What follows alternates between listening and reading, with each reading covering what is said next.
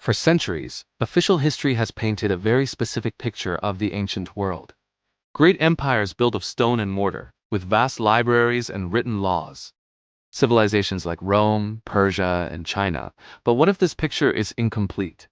What if a huge part of the story, a vital, powerful piece, was deliberately erased? Today, we're diving deep into the forgotten legacy of the pre-dynastic steppe empires.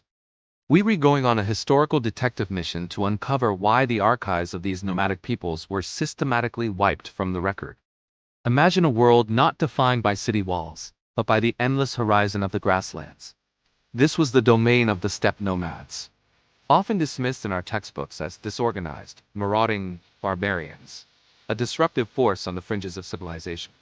But this couldn't be further from the truth. The evidence, hidden in plain sight, tells a different story.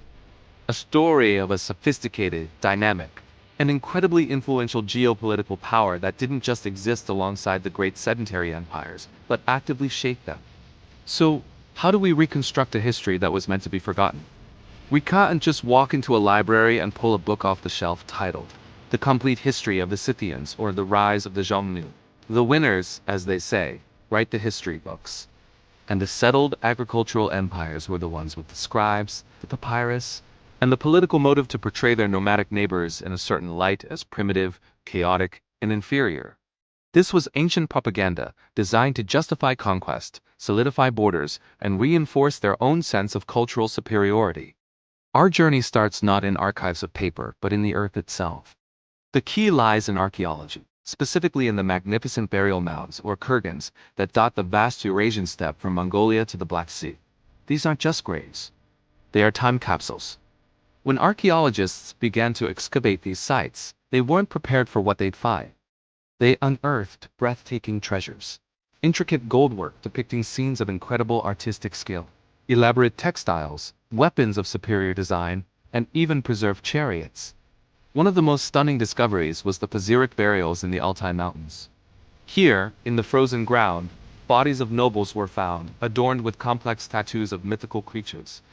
They were buried with beautifully crafted saddles, carpets that are among the oldest ever discovered, and goods from thousands of miles away: silk from China, incense from Persia.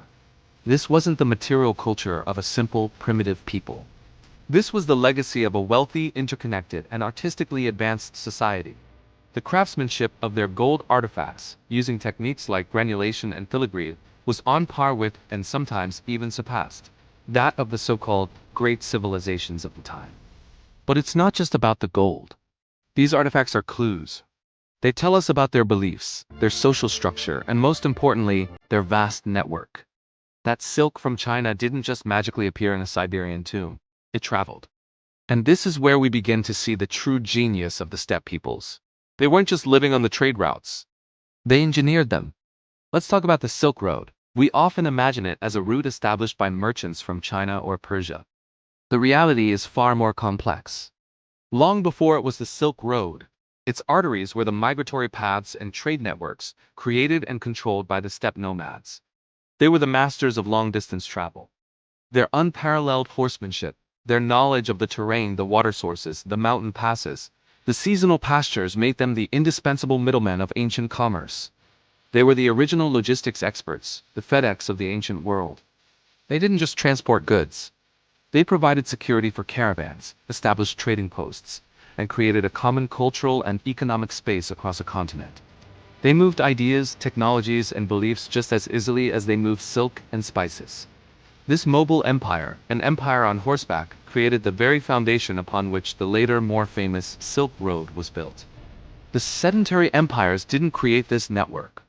They tapped into a pre-existing one, often paying tribute or forming alliances with the nomadic powers to gain access. So if they were so powerful and so central to the ancient world, why the historical blackout?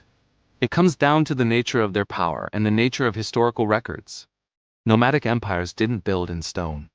Their capitals were mobile camps. Their archives were oral traditions, passed down through generations of epic poems and songs.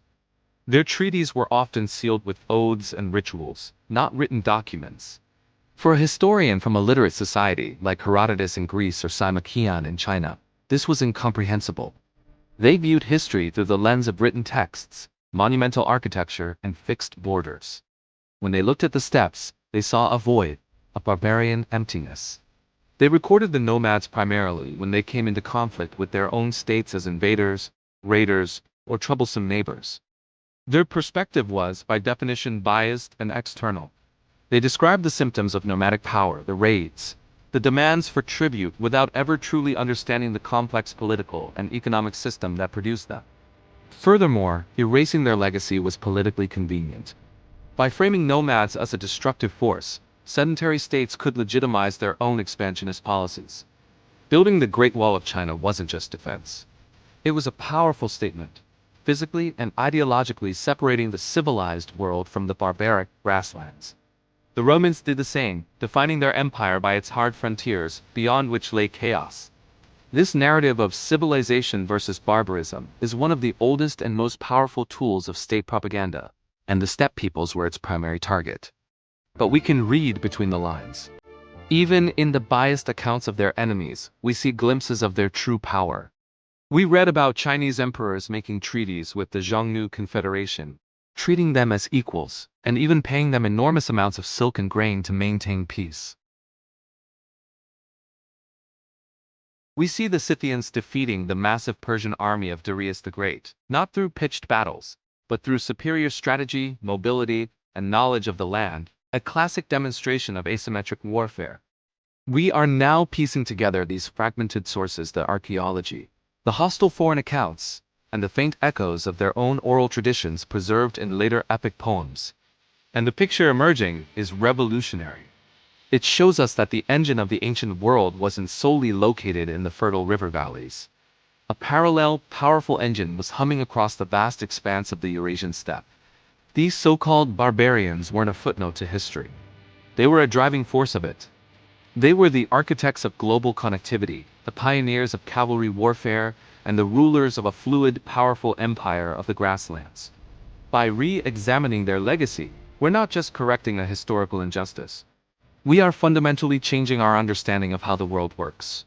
It teaches us that power doesn't always come from walls and written codes.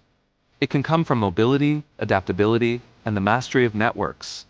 The story of the steppe empires is a powerful reminder that history is full of silent partners and forgotten architects, and that sometimes the most important stories are the ones that were never written down. We just have to know where and how to look for them. Thank you so much for joining me on this journey into the lost world of the steppe empires. If you found this fascinating, make sure to like this video, subscribe to the channel, and hit that notification bell so you don't miss our next deep dive into history's hidden chapters. See you next time.